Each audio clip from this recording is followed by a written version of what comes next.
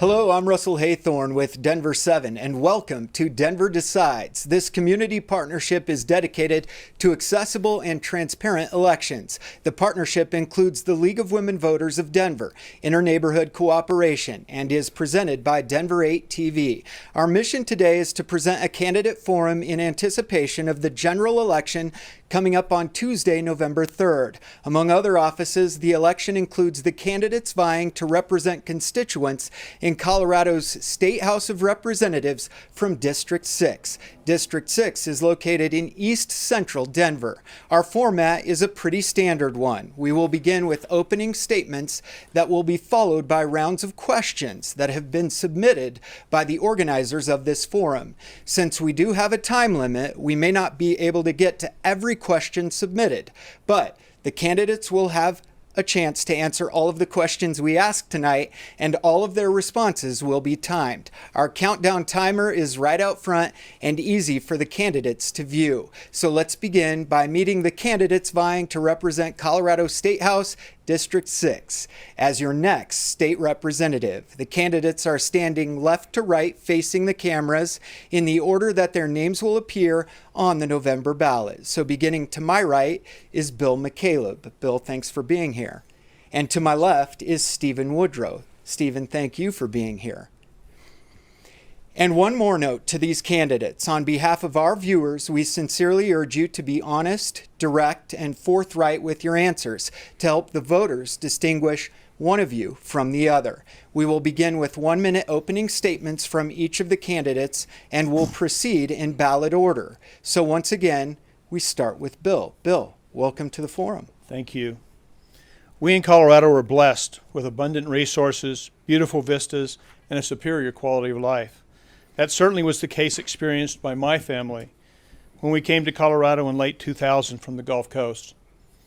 We were in search of professional opportunities and an attractive, wholesome family lifestyle in which to raise a couple of kids. We were absolutely delighted to find that so much more here in Colorado. Hi, I'm Bill McAleb, a retired 40-year executive business leader. I'm running for House District 6 to preserve the Colorado way of life with a reasonable, balanced approach that honors the will of the voters, delivers on a promise of integrity and commitment. I'm an engineer, twice over, and an MBA. I spent 20 years of my career working as an engineer, a supervisor, and executive in the offshore energy industry in the Gulf. The second 20 years of my career were spent largely in the consulting business, catering to all segments of the energy industry, including electric, power, and utility industries. Now I look to bring a career full of experience and insight that honors the will of the desires of the voters of House District 6 to the legislature. Bill, thank you for that opening statement. I gave you a few extra seconds there because you had to compete with the siren outside our doors. And now, Steven, it's your turn. We're ready for your opening statement.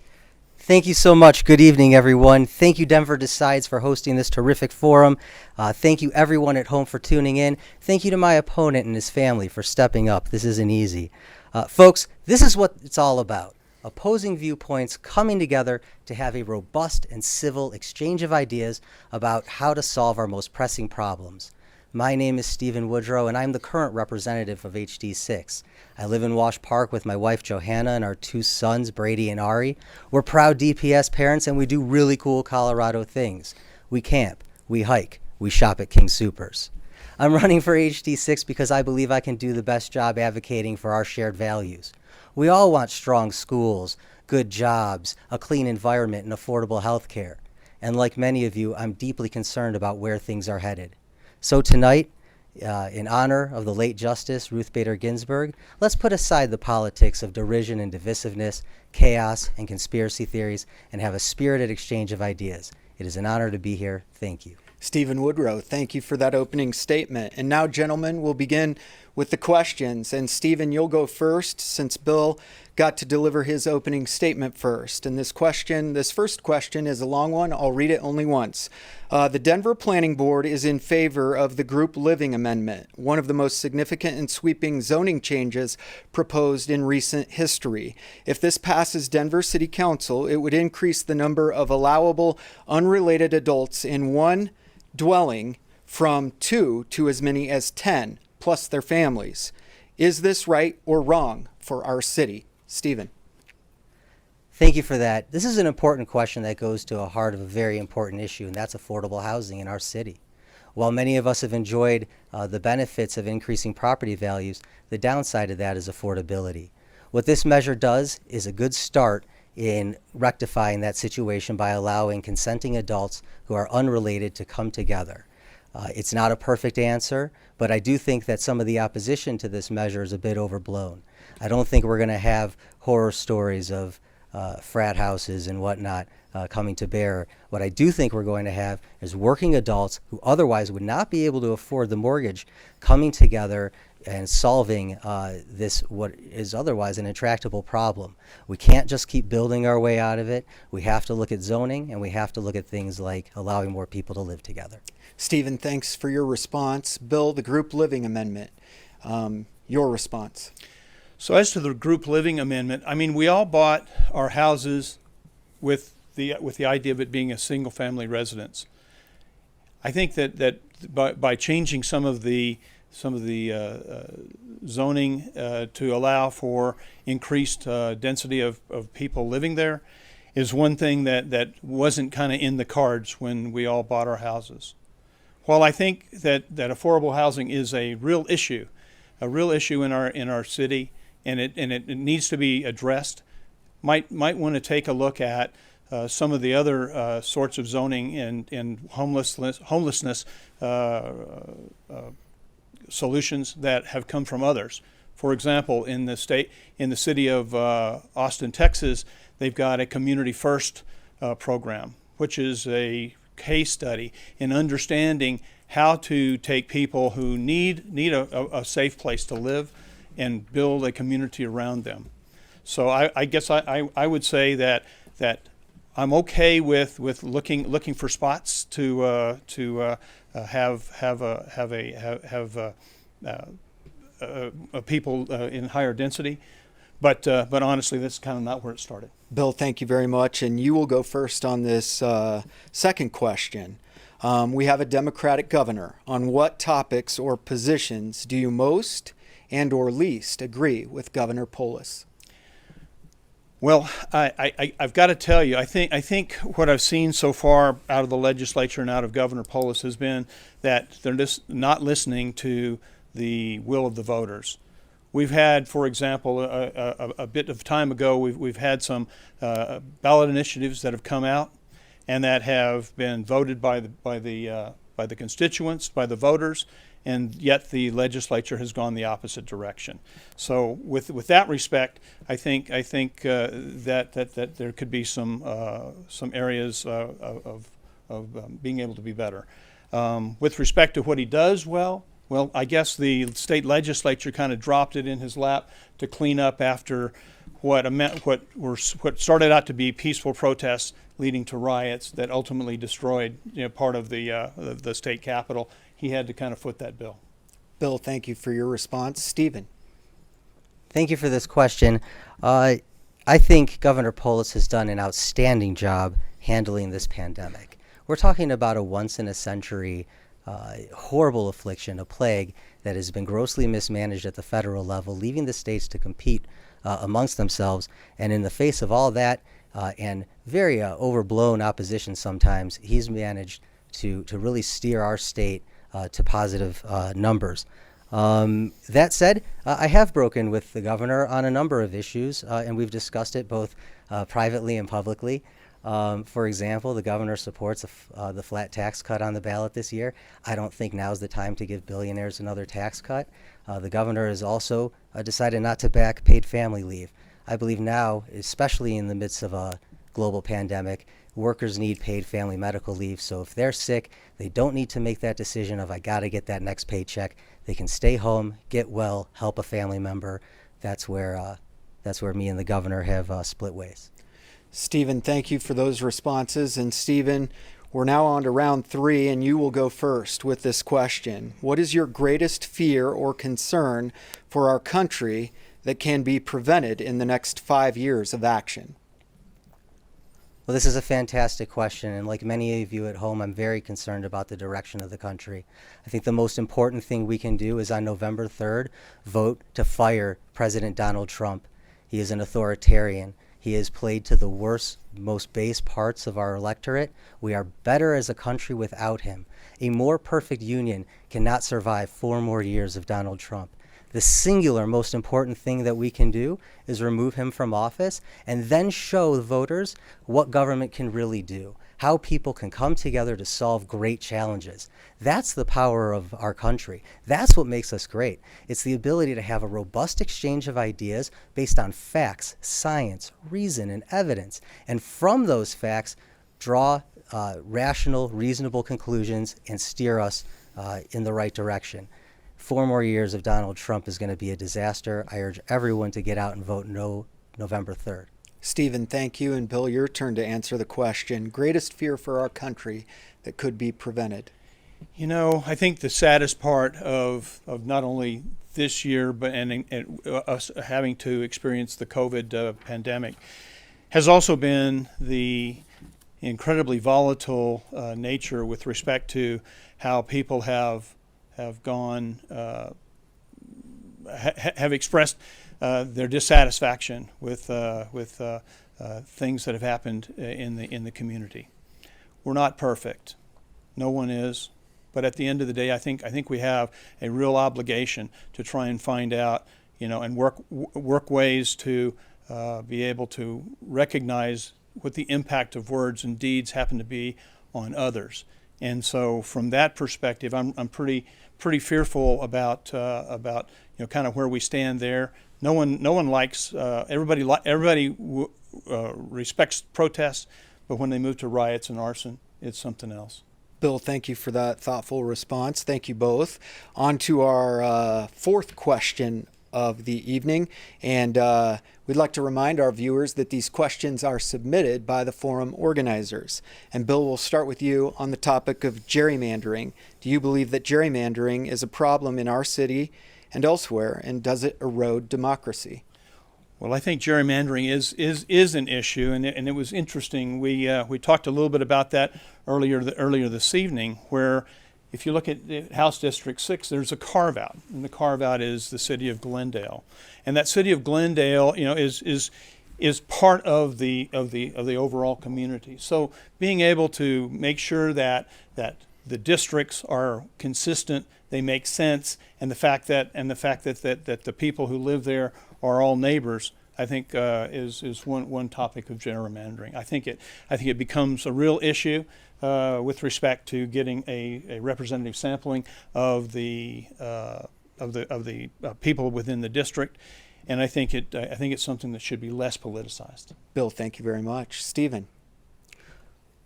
Well, thank you for this. We certainly agree that gerrymandering should be less politicized, and the good news is Colorado has done just that. Rather than persist with some type of partisan commission that goes about drawing lines, so instead of voters picking their representatives are picking their voters. In Colorado, what we're going to have are independent commissions.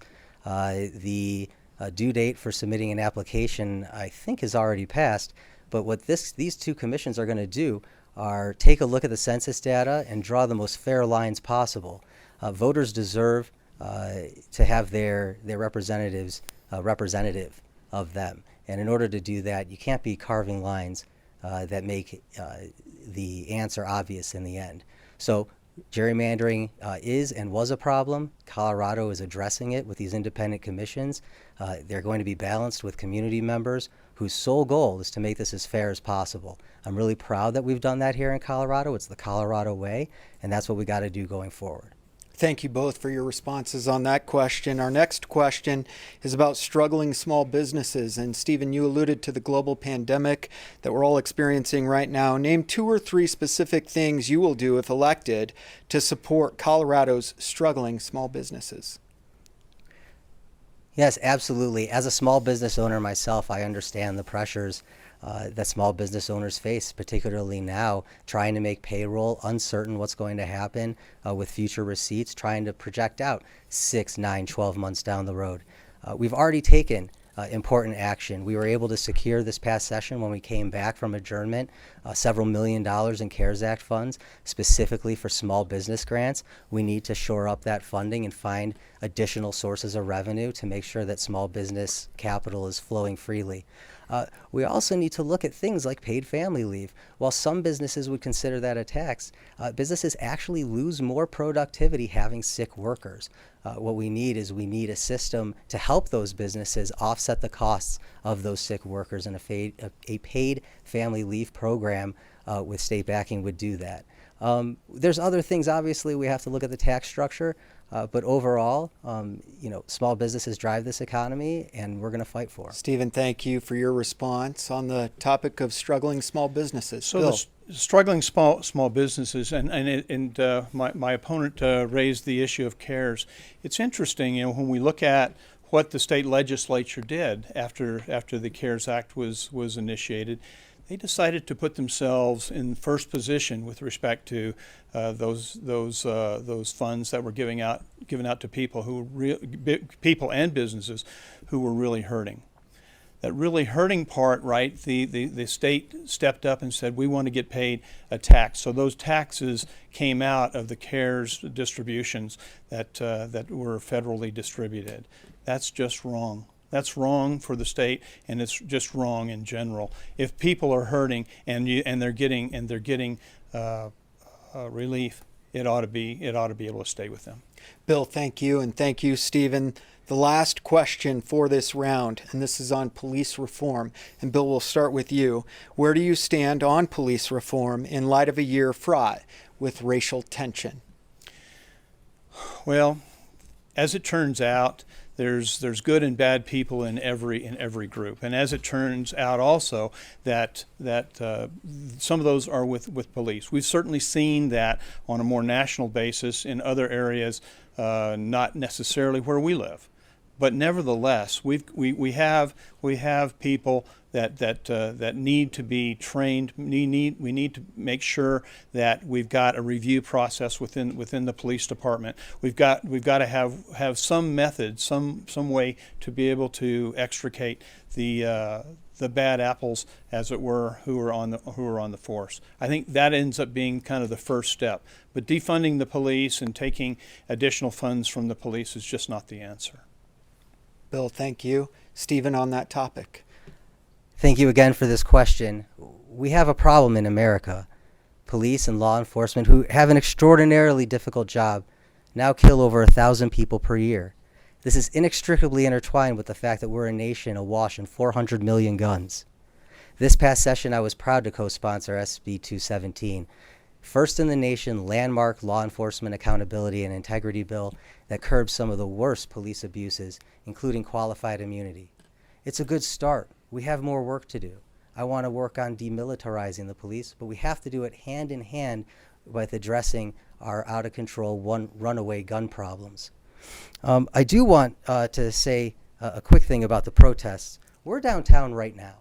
There's no riots. There's no fires. We're walking safely to our cars. I will say there's no First Amendment right to violently assemble.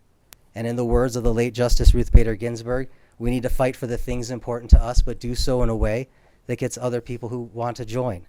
So I condemn any violence.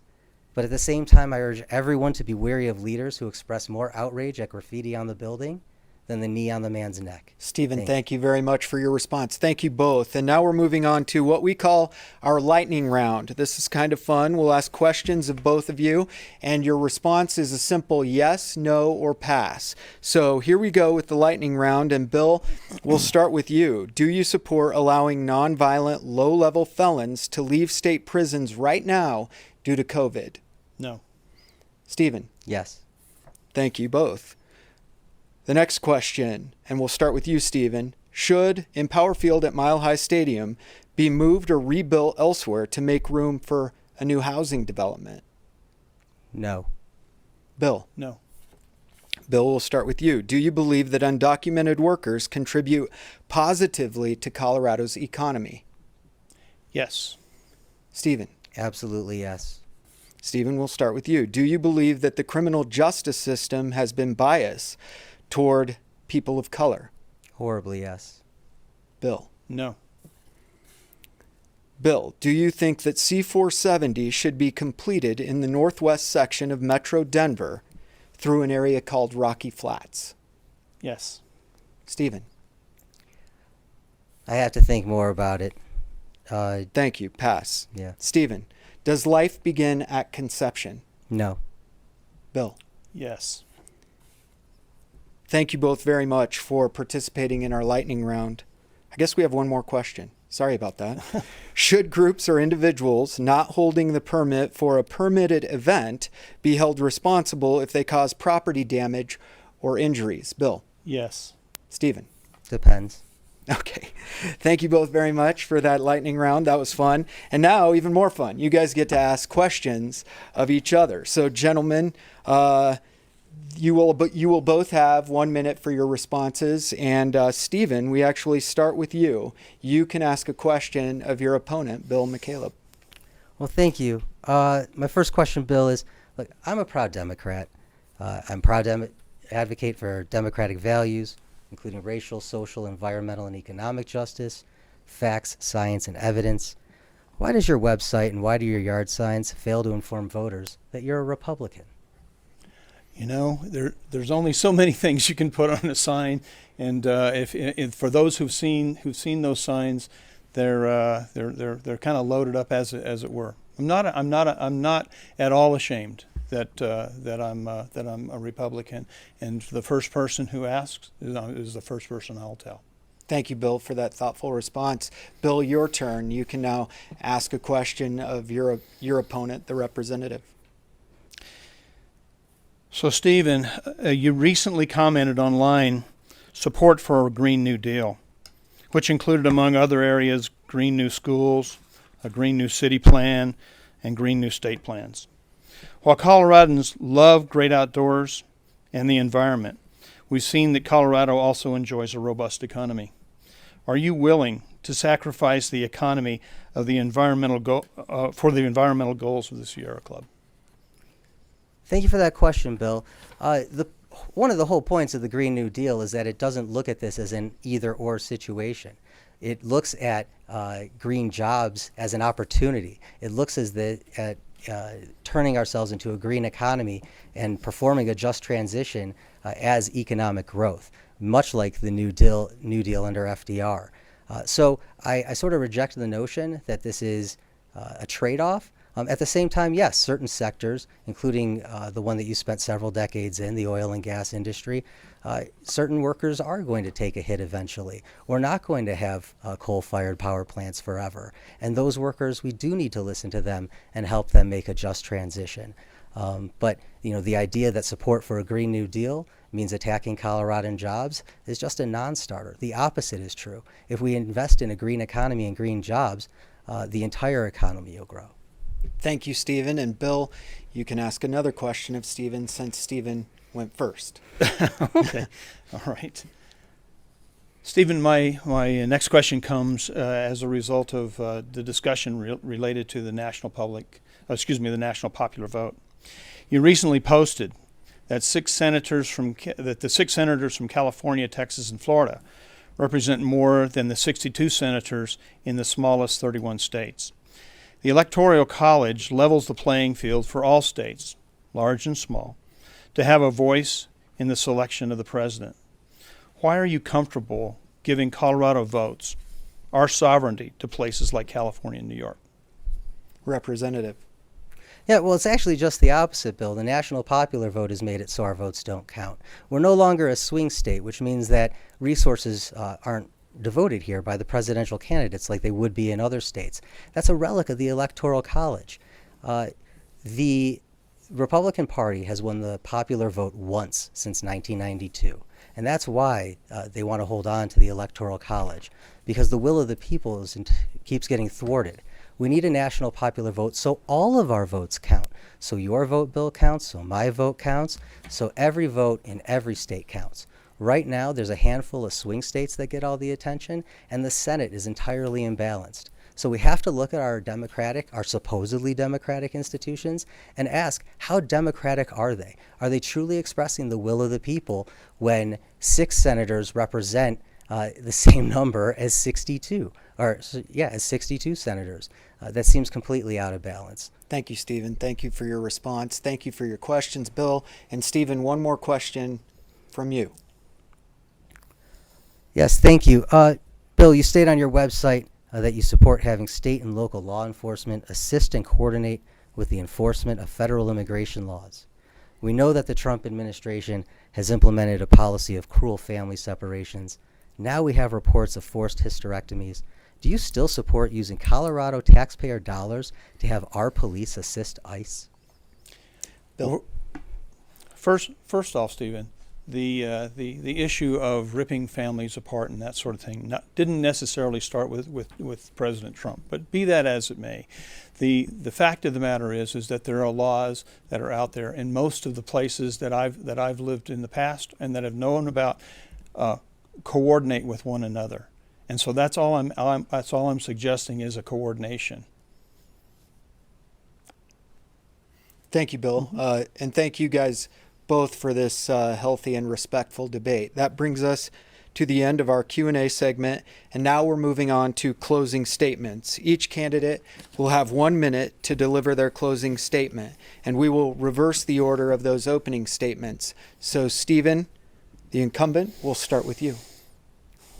Thank you, Bill. Thank you, Denver Decides, again for hosting, and Bill for participating in this debate.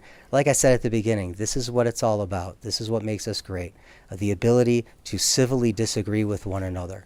Bill and I don't see eye to eye on a whole lot of things, but we both love our country, and we both care deeply about the American dream. The idea that if you work hard and play by the rules, you ought to be able to do better than your parents did.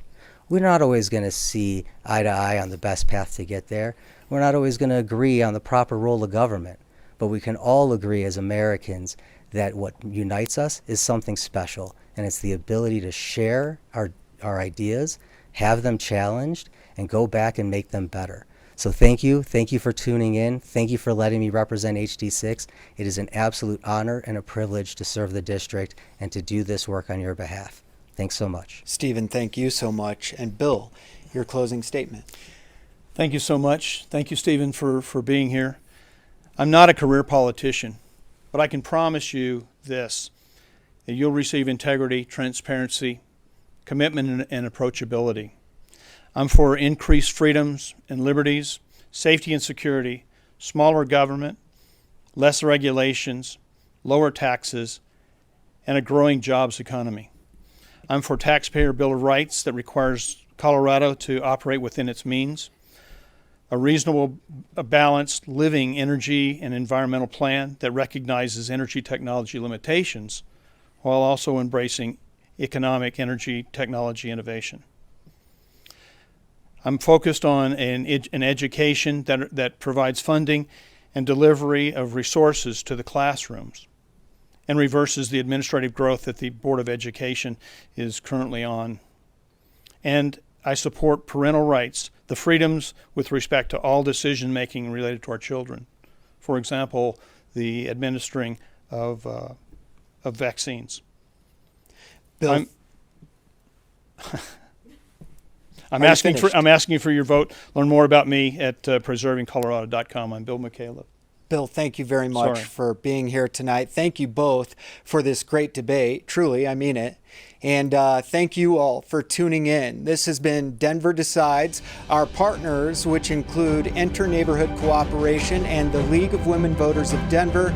Denver Decides is presented by Denver 8 TV. And remember, Election Day is Tuesday, November 3rd. Make sure your voice is heard. Be sure you are registered to vote and get out there and do vote. For complete election information online, go to denverdecides.org. I'm Russell Haythorn with Denver 7 News. Thank you for joining us.